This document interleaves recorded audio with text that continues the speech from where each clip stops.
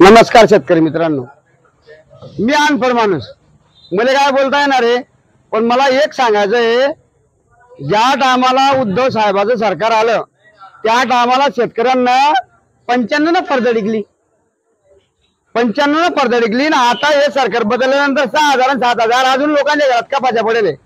काय फायदा आहे या सरकारचा मला सांगा तुम्ही. उद्धव साहेबांच्या टायमाला जे उद्धव साहेबांनी 2 वर्षात केलं त्यांना 10 वर्षात केलं नाही. शेतकऱ्याचे किती हाल होत आहे.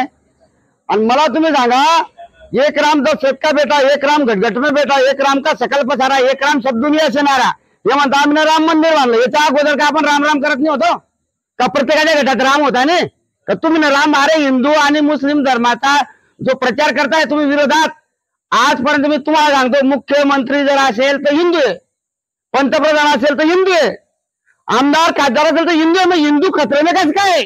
अरे अधिकारी हो, हे जे सरकार याच्यापासूनच हिंदू खतरे में, मुसलमानापासून हिंदू खतरे में नाही. प्रत्येक गावामध्ये मुसलमान आहे, प्रत्येक गावात हिंदू धर्म आहे. एकमेकाच्या लग्न कार्यात जातात, एकमेकाच्या दुःख सुखात जातात, एकमेकाच्या व्यवहारात जातात, एकमेकाशिवाय ते होत नाही. तुम्ही कसं काय म्हणता की हा हिंदू खतरे में, मुसलमानापासून हिंदू खतरे में? हे सगळं मतदानासाठी तुम्ही खोटं बोलताय. मला एक सांगा, तुम्ही रोड बनवले, प्रत्येक देशात, पूर्ण देशात रोड बनवले, मला त्यांचा अभिमान आहे, अभिनंदन आहे. पण मला सांगा, शेतकऱ्याच्या फायद्याचा हा रोड काय कामाचा? कोणत्या शेतकऱ्याच्या 10 टायरी 18 टायरी गाड्या चालू आहे? तुम्ही व्यापारी सरकार आहे. हा, हे क्षेत्रस्थ झाले नाही. तुम्ही रोड का बनवले की तुमचं व्यापाऱ्याचं सरकार आहे? व्यापाऱ्याच्याच गाड्याच्या रस्त्यावर चालताय म्हणून तुम्ही ना हे रोड बनवले, बरोबर आहे ना? शेतकऱ्याचा काय फायदा आहे? क्षेत्रस्थ का बनवले नाही? शेतकऱ्याचे किती आले? 10 रुपये किलो भेंडी, 10 रुपये किलो गवार.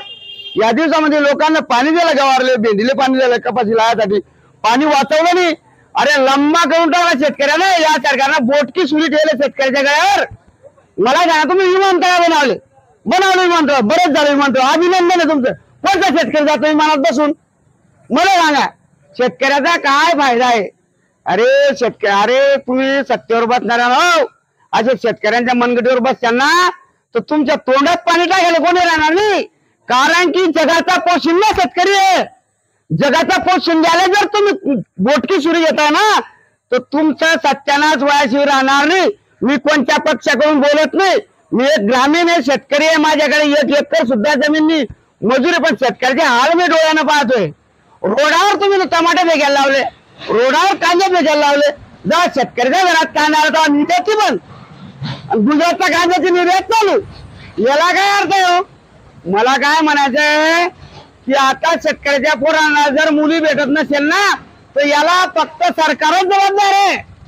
कारण की मुली शेतकऱ्याच्या घरात आहे आणि शेतकऱ्याची मुलगी तिच्या मायबापाचे स्वतः हाल पाहते. आपल्या मायबापापासून कर्ज भरत नाही, व्याज भरत नाही, शेतीमध्ये माल येत नाही, निसर्ग न्यारा कोपतो, तुम्ही रस्त्यावर माल फेकायला लावता. आता खरं सांगा, ती मुलगी शेतकऱ्याच्या मुलाबरोबर कसं काय लग्न करीन? याला कोण जबाबदार आहे? याला फक्त सरकार जबाबदार आहे. तुम्हा सगळ्यांना आवाहन करून सांगतो की आपल्याला मोदी सरकार नको, आपल्याला भारत सरकार पाहिजे. मोदी तर तुमचा नातेवाईक आहे, तर तुमचे शेजारी राहतो, तुम्ही राहता कशात? भारतात राहता, म्हणून भारत सरकार म्हणा ना हो. मोदी सरकार हे कोणत्या संविधानामध्ये बसतं? तुम्ही मोदी सरकार म्हणून गाड्या फिरवता, लोकांना सांगता हे लबाड धंदे बंद करा, आणि भारतामध्ये राहत असेल तर भारत सरकार म्हणा, आणि आता भारत सरकारलाच निवडून द्या. जय हिंद, जय महाराष्ट्र.